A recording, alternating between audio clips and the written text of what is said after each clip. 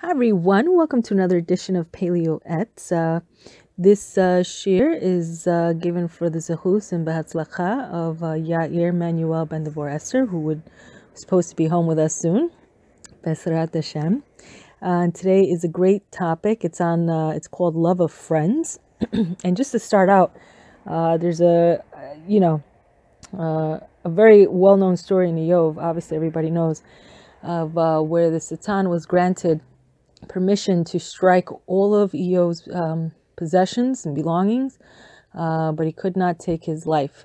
And ironically, the fact that his friends were still alive comes to teach us a very powerful thing, that if you lose your friends, it becomes pikuach nefesh. You kind of lose yourself. But it's very important to have the right kind of friends around you, friends who are putting you in the right path and motivating you, who lift you up when you're down. Friends that don't always take, they give as well, and they understand compassion. They have good midot. So those are the kind of friends we, God willing, with his help, we will all have the zechus to have. But part of that means that we have to work on ourselves to become that friend that we ourselves would like to have. So it says, it is well known how great the love of friends is, so much so that our sages commented on the verse Vayikra 19:18, you shall love your friend as yourself. This is a fundamental principle of the Torah. Our sages have explained this concept in Shabbat 31a, that which is despised by you, do not do unto others. In proportion to the greatness of the benefit received, the Yetzirah militates against a man every day to deny that good. And it does so to such an extent that as a result of our wrongdoing, specifically the sin of causeless hatred, Yerushalayim was destroyed, and the Beit HaMikdash is in ruins, and we have been exiled from our land. And still the Satan dances among us and prosecutes us. Each man turns to his own profit and is not concerned with the downfall of his friend. So obviously we know this to be, unfortunately, so prevalent in today's generation. Everyone is about themselves. And this, Kodesh Baruch Hu really frowns upon this. And again, as it's stated, you shall love your friend as yourself. And that doesn't mean if I buy myself a car, I have to buy my friend a car because I'm supposed to love him. What it means is that every person has a portion of the divine spark within them. And for the very least, if you can find nothing good about your friend, you must at least fall back on this thought that he has a piece of Hashem in him. And if you love Hashem, like we learned in the previous lesson, if you love Hashem, then you love his children. So something to keep in mind. And there are even some who rejoice at each other's downfall. Unfortunately, we probably have all had an experience with that, right? And as a famous saying goes, with friends like these, who needs enemies? But it continues on. Moreover, there are those who, for the smallest advantage, will devour their neighbor alive. So they don't care. They're very cutthroat. They will sell you out in a second with no regard. And it says, woe unto the eyes that see such things. Our eyes long for the fulfillment of our vision, the looking out for the redemption. But there's no redeemer as long as this attitude remains with us. Therefore, every person needs to be strong and awake in this love. The details of the love of friends have already been clarified in length and in depth in the Sefer Habrit. And I'm coming to be brief and say that a person needs to fulfill this concept by staying away from evil and doing good. The necessity of staying away from evil includes both speech and action. I think in addition to this, we see very much, people tend to go off in their own communities, their own clans, and you have this, this sect and that sect. You have it was a great video that went out maybe a few weeks ago, and it talked about the Rav did a wonderful job. I mean, he said it as a satire, but it was so true that I don't talk with you because you're this, and I don't deal with that because you wear your hat like that, and this and that. And I think this is a big mistake. It's funny. I have a friend. Whenever I meet somebody new, or I go to a new community, and she goes, well, what were they? What, were they, were Satmar? Were they Visnit? Like, what were they? And I said, to be quite honest, I never asked because it just doesn't matter. Either they were Yidden or they weren't. And I think about, aside from that, I think whether they were Sephardic or Ashkenazi, and obviously that becomes a little bit more obvious. Other than that, I have to be quite honest, it's never mattered to me how you were brought up. Yidden is Yidden. And to me, you are my brother and my sister. It doesn't matter.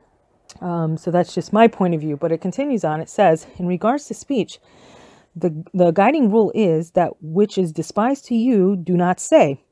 A person needs to be careful and refrain from either speaking to his friend about his friend anything that he would not want others to say to him or about him. This includes gossip, harmful words, and all kinds of similar speech. Similarly, one must stay away from acting maliciously to physically hurt his friend or to cause him any damage, the like of which he would not want others to do to him. So, I mean, this is a rule. This is something that we tend to trample on, unfortunately, so easily. When it comes to us, again, here we go. Remember I said a few shiurs back that when we're not always walking on Derek Emet, we create these malachim who come and give us all these justifications. This is one of those areas where they come in and they really, we have all these justifications as to why we're behaving the way we're behaving, and we're justified in our behavior as opposed to trying to act rationally and see the person's side, or accepting our portion of the conflict. But nevertheless, we don't learn from this, and unfortunately, it's wreaking havoc all over, not just for Yidden, but also for Goyim. So it says, one needs to look into this deeply, for the Yetzer Hara diligently attempts to deceive him.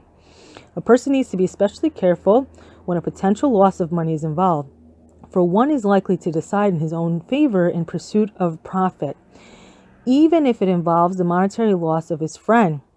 So like I said, there's this famous concept, kill or be killed. And I think a lot of people tend to live by that concept.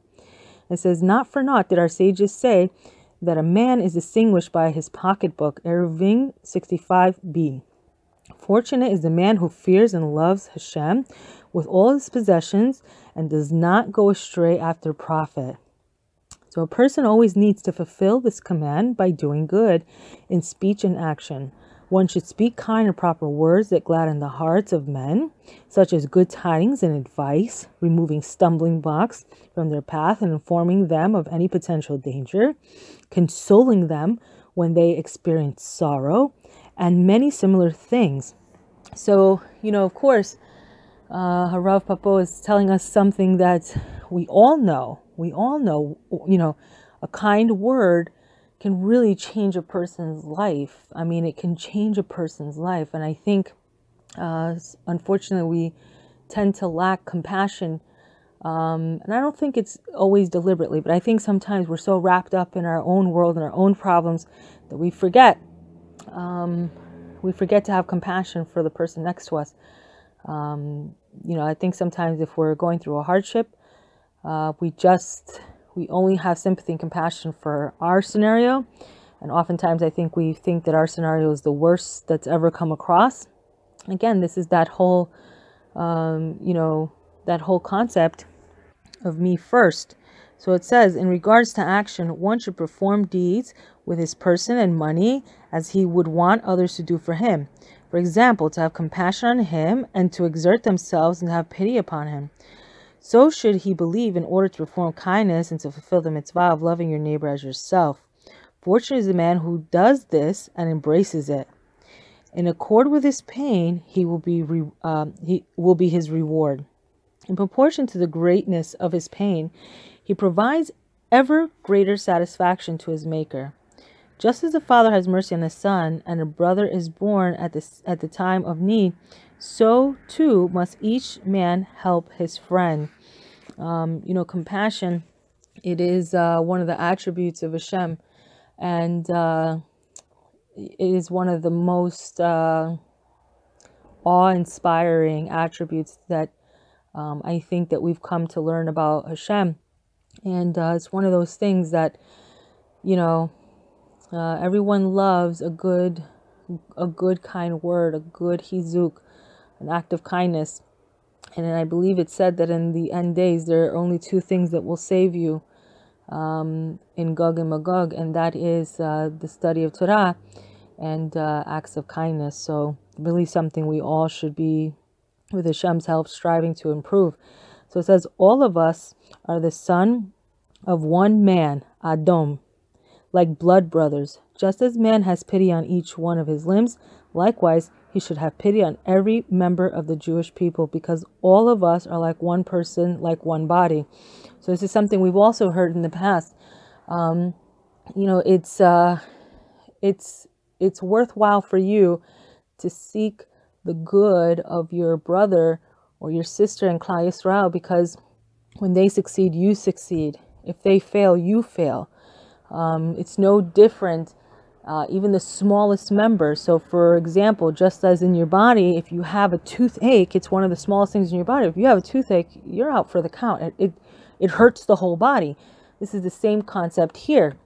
Likewise, if you eat something that's really good and it gives you pleasure, it gives pleasure to the whole body. So this is kind of the picture that we're all one unit. So it's incumbent on all of us to do our part to make sure that our particular, whoever we meet or in our sphere of influence, that we are really doing our best to make sure that we're functioning as a unit.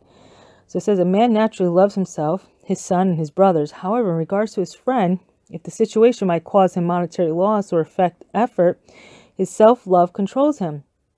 Especially in regards to a great mitzvah, the evil inclination overpowers him and causes him to violate the master's will in order to make him lose a great good. So this is the thing, I think a lot of times, our chesed goes, it has a limit. And once it starts hitting our pocketbook, we've hit the limit.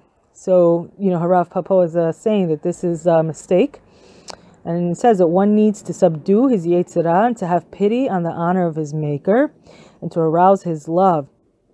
So really this is something that very serious. This is how fortunate are the Jewish people for their efforts, their forbearance of difficulties, and their expenditures for the sake of a mitzvah or a good deed.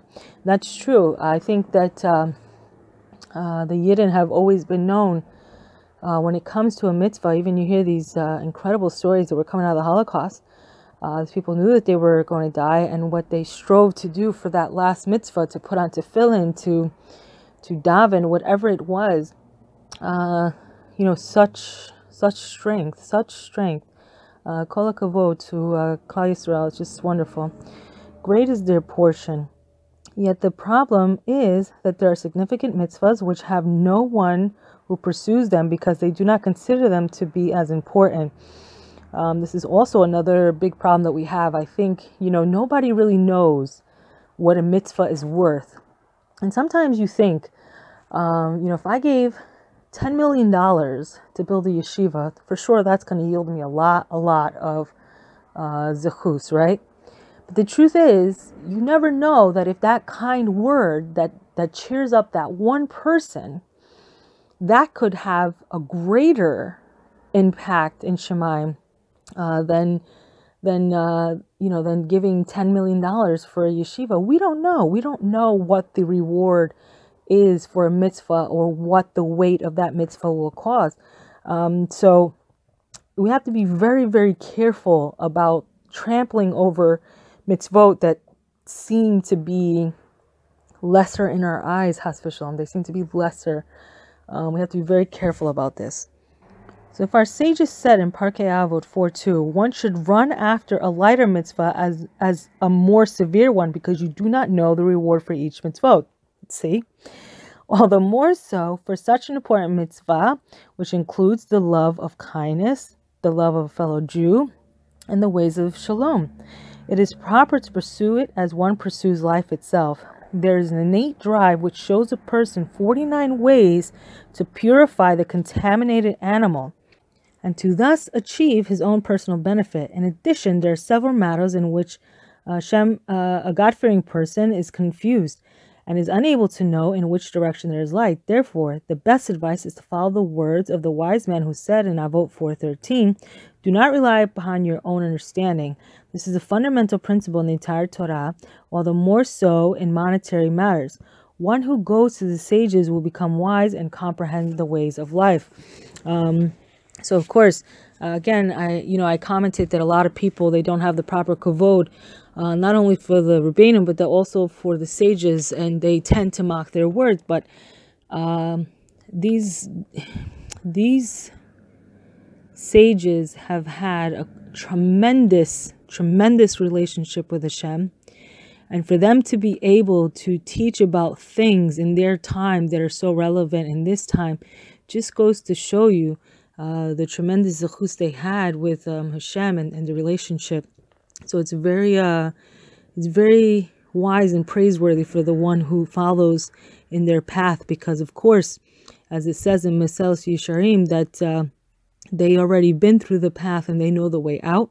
They know what to trap and what is the right way. And so only they can guide you out of the labyrinth, if you will. So it says, the primary fulfillment of a mitzvah of love is in the heart, that a person should not rejoice in the downfall of his friend. Rather, we must celebrate the success of a friend and be saddened by his pain to the extent that he is motivated to pray for him. The way of acquiring this love is to take to heart the saying of our sages in Hagigah 15b, that even when the wicked are suffering, the divine presence suffers with them. What does the tongue say, etc.? Conversely, when a person is content, the divine presence is content. So, again, here we see Hashem's great attribute of mercy, that even for the Rishaim, that he has pity and compassion. And it's a great attribute to emulate. So it says, if so, a man who loves God should rejoice in the happiness of a Kadosh Baruch Hu and his divine presence, and be pained by their anguish. Furthermore, when a person is content and has wealth and property, it is impossible that he will not increase his mitzvot and good deeds. The result may be a source of delight to a maker. This is not true when a person is in pain. His heart is not with him, and he diminishes his service of God. Poverty does not preserve any good character trait.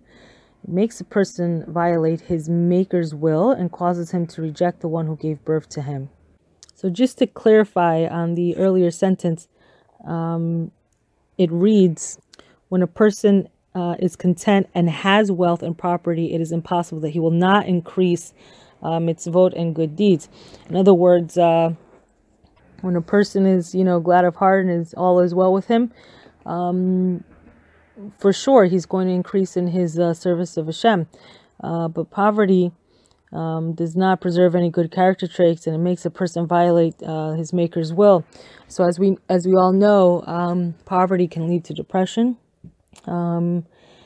It's very difficult to concentrate on the service of Hashem. All the more reason why we need to have compassion and have kind words for our brothers. So it says, a wise man will understand from that which he has said, one must wholly rejoice when he sees people performing the will of God, and he's personally pained by those who violate God's will. Even if he is deficient in the service of God, he should not desire that his friend should be the same, so that calamity of the many be the consolation of the fools. This can be compared to a matron who has 10 sons, whom the king commanded to provide and feed her and to supply all her needs. A day came when one of the sons violated the rule and did not give his portion to his mother. Even though he will be surely punished, nevertheless, any son who truly loves his mother and is distraught at her loss of the son of the one son's contribution will certainly ask his brothers if they continued giving their share. If their answer is affirmative, there will be at least a partial consolation. If they all say that they betrayed her, just like the one son, his anguish will be great for his mother, who cries and sighs, for she remains hungry, thirsty, and bereft of everything. The analogy is self-explanatory.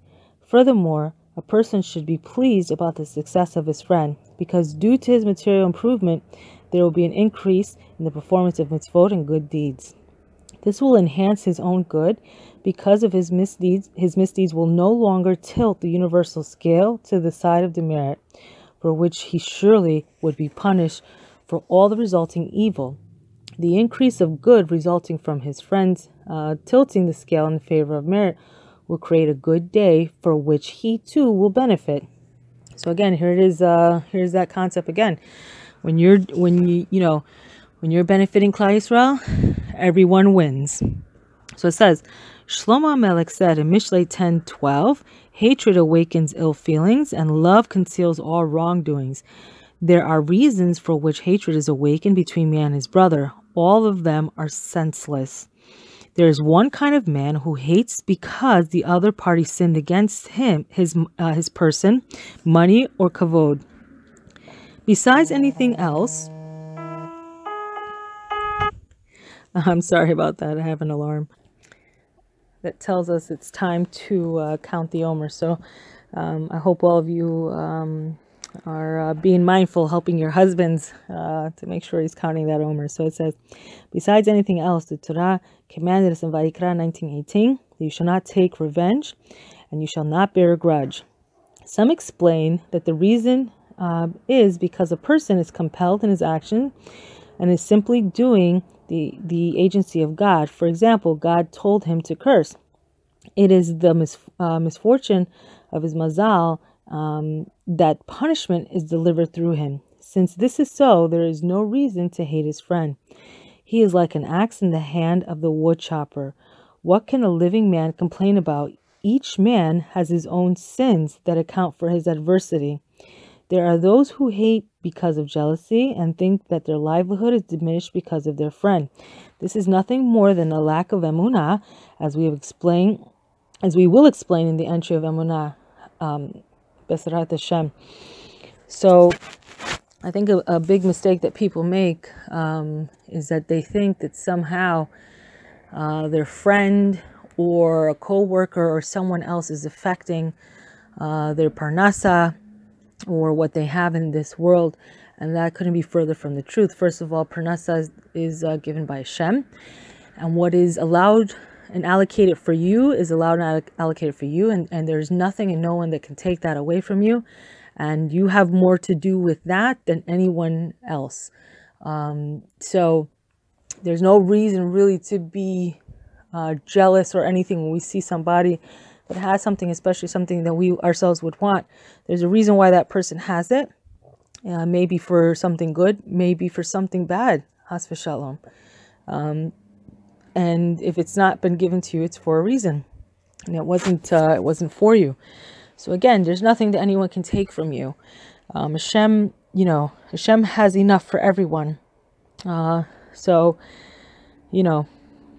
I think we just need to exercise in emunah, which again, that's emunah is something you have to practice every day. And like I always say, a victory today does not guarantee a victory tomorrow, nor does a loss today guarantee a loss tomorrow. Every nesayon is different. Each one has its own challenges, and they come to repair something. So this is something we have to exercise on a daily basis. But in this generation, jealousy over what your neighbors have is something very prevalent. Of course, they've coined the phrase keeping up with the Joneses as a result of it. So it says, there's also the one who hates because he sees that the other person is not going on the right path. And for no other reason, a person should consider that he too is lacking in various deficiencies relative to his stature. Everyone is judged relative to his own status on the divine balance scale, which is really good news. It's kind of like that same, that very famous we heard with Noach, that it said he was righteous in his generation, meaning that perhaps compared to the ones that have come before him, he may not have balanced out and been on their same level. Also, you're judged on what you know and what you understand. And, we're not held all to the same standard. We're all at different places. So we're judged according to our own status. So it says, perhaps his friend was overwhelmed by his Yetzirah and violated God's will. So if God has bestowed upon him kindness and he has guided him on the path of truth, should he not pay tribute to Hashem and be diligent in his in the minutest detail of the mitzvot according to his knowledge and understanding? He will unquestionably earn divine assistance. However, he should not shame his friend or hate him in his heart. Hatred was not allowed except for an evil man. Even after we admonish him several times and he remains in his rebellious state, this angers our Father in heaven and causes divine grief. It is forbidden to hate another person, for the Tanah in Parkei Avot 2:11 already pronounced a fitting condemnation to the extent that he declared that the hatred of other human beings takes the man out of this world. Very, very, very serious. We have to really take seriously the kavod of our friend. And again, I think probably the most, I think the verse that comes to mind is, the Hasidah bird, which it's funny because the Hasidah bird has the same Hebrew letters as a Hasid, which really means, to do chesed. But nevertheless, this bird has been deemed unkosher. Why? So the Hasidah bird has been deemed unkosher because though it is full of chesed, it's only full of chesed for its own kind, for its own lot. So this is why it's unkosher. And the same thing as Hashem is saying to us. This is not a kosher behavior. Again, we can't say because you didn't grow up like me, or you're not like me, or you're not from the same country as I came from, and you're not from the same, neighborhood or whatever have you. Your hair doesn't look like, whatever it is. This is a no-no. You can't do this. And it brings a lot of anguish to Hashem. And for no other reason alone, if you can't find another reason to love your fellow Yidden, the fact that he is a child or she is a child of Hashem should be reason enough. And that's it. You don't need another reason. You want to bring nachas to Hashem. And berating or belittling your brother is not the way to do it. So it's the greatest key to removing hatred is the implementation of the Tana statement in Parkei Avot 1:6. Give every man the benefit of the doubt. Even if one sees the curse in the cursed, one should not blame him and detest him, since the way of man is right in his own eyes. And what should he have done? We have not but to pour our souls before God, that he provide good counsel and guide him in the circles of righteousness for the sake of his name. If a person will say, does not a Kodesh Baruch Hu punish a man for going according to the stubbornness of his heart and that which is right in his eyes, because he should have learned and did not? You may answer that this applies only to someone who is difficult, for heaven is exacting of him. However, one who is forgiving is forgiven for all of his misdeeds, Yoma 23a, because by the measure that one measures others, so too is he measured in Shema, Megillah 12b. Again, very, very, this almost seems like part of the foundation of what we believe, measure for measure. You want to act terribly, Shemaim will act terribly with you. You want to, Has v'shalom, you wanna act with chesed. Always, somebody comes to run to you with gossip and you don't want to hear it. Guess what? If you do something, the prosecutor goes up in Shemaim, they don't want to hear it. Okay? She didn't want to hear it. We don't want to hear it. So really, to measure for measure, it's very scary sometimes how these measure for measures play out too. So we have to be very careful. It says, moreover, a person must not hate his friend for not going on the right path, because if this is so, he must hate himself even more. Who is confident enough to say that he has reached the depth and breadth of his ability, and that everything he could do, that he could accomplish as he should? As such, he is no better than his friend, and perhaps his friend is better than he is according to his position, understanding, and ability.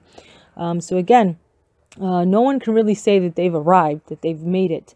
So we all have to be careful. And again, we don't know what level everyone is truly holding at. That is something that, Hashem really is the only one that knows. Because of course, there's times where we think that even we ourselves, either we think we've made it and Hashem comes to knock us on the head, or sometimes we think we can't do something and Hashem comes to show us that we can. So Hashem alone is the one who knows the true level that everyone is holding. Someone you think is very lowly could really be a hidden gem. He or she could be really a hidden gem. So we have to treat everyone with kavod. So it says, well known is the pronouncement of the wise man who would respect every person by saying, if he is wiser than I, it is befitting to honor him because of his wisdom. If he is more foolish than I, it is proper to honor him because he is better than me. He sins by accident, but I intentionally. In this same fashion, one can suggest many similar comparisons. A living being must place upon his heart pure thoughts to remove hatred and to awaken love. His reward is intrinsic, and he increases the measure of good in the world. So by the way, the pronouncement of that wise, that words of wisdom that we just heard about, if he is wiser than I, it is befitting to honor because of his wisdom. By the way, that is the Ramban, who happens to be from the same town as my father's family in Girona, Spain. And I actually did a reading of Ramban's letter where you can hear the full dissertation of that, and you can find that on my YouTube channel at Gimel Dalet 777, GIMELDALET 777, and it's under Ramban's the Ramban's letter. And so we got about 2 paragraphs left, and we're just about done. So it says, it is true that our sages of blessed memory said in Baba Metzia 33a, if confronted with the choice of retrieving his own lost object or that of his teacher, his own comes first. Nevertheless, the sages already commented that one who fulfills this dictum as is will be as is. Rashi explains that if a person is always so exacting in attaining his own benefit, he removes from himself the yoke of acts of kindness and charity, and in the end will be impoverished. Rather, a person should prepare to suffer small monetary loss in order that his friend does not lose a lot, that he profit greatly, or to save him from some trouble. In the zechut of his self-confidence, God will bestow upon this man blessing. So we can't, I think there's times where we have to know, sometimes even if it's a little loss, in other words, my friend needs something and they're an hour away. It's going to cause you a little bit of a loss, right? It costs money. He says, I need a ride. And it costs money to go out and get them. He or she needs a ride. Or I'm going to be, a lot of times we see this when somebody says, is anybody going to Brooklyn? And, what is, it's a little bit, it costs you a little bit. Okay, you're out a little bit. The difference is like, you're not giving up your house for that person. It's a little sacrifice, and it's well worth it to you. And Hashem looks kindly upon this. Sometimes these things happen just for the opportunity, again, to give us a zechus that we really need. So it says, and this is the final chapter, it says the fundamental love of friends requires that one place himself in the person of his friend, such that even if his friend is not particular about his own kavod and shame, nevertheless, he should think that if he was like his friend and possessed such character, he would want people to respect him and not speak any manner of harmful speech against him and not offend him. This is the way he must treat his friend. This is the general principle of loving one's friend, and because of this, God will give strength to his nation, and God will bless his people. Bashalom.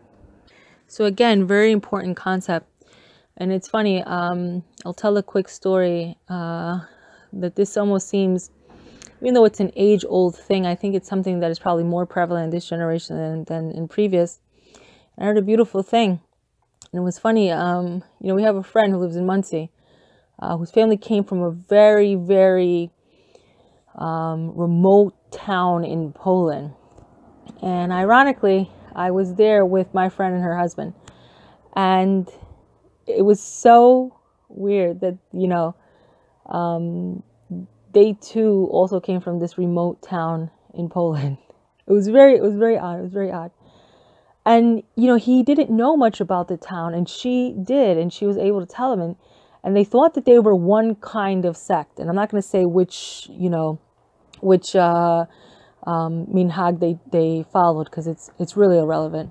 But it's funny because she said something very beautiful, and she said, back then in that town there wasn't this minhag of you're this way and you're that way. And even if you say, in other words, I would just say, one is Hasidus and one is a Satmar. There was not this, we're this and we're that, and therefore we're separate. And she said that there was a beautiful thing about the town, that everyone was just, didn't matter which one you were all Yidden. They all helped each other. They all did good for each other. And it warmed my heart, because it just felt like that is what Am Yisrael is supposed to be. It's not supposed to be this us against, them, and you against me. And what does that matter, Habibi? What does that matter? We're all going through this incredible experience of being a neshama that's come down to elevate sparks in the world. And sometimes it's a very difficult job. And the only other person that understands that is your fellow Yidden. So please, please, please, for Hashem's sake, for his name's honor, and to bring Mashiach, I pray that everyone will just, make, after you hear this shiur, like Yidden kindness day, or whatever it is, Yidden Hesed, I don't care what you call it, just do an act of kindness, have a word that brings joy to your fellow Jew. Just be kind. And if somebody, Chas v'shalom, gets you to the point where you're angry, just really take a breath. I encourage everyone to read the Ramban's letter, and of course you can go on to the YouTube channel and listen to it. And by the way, it does state at the end of it that every day that you read that letter, that Shemaim will answer your prayers. Amen Selah. So please let us get this on. Let us all remember the kavod of our friend. I want to thank everyone again for tuning in, and I hope we'll all be together again soon. B'ezrat Hashem.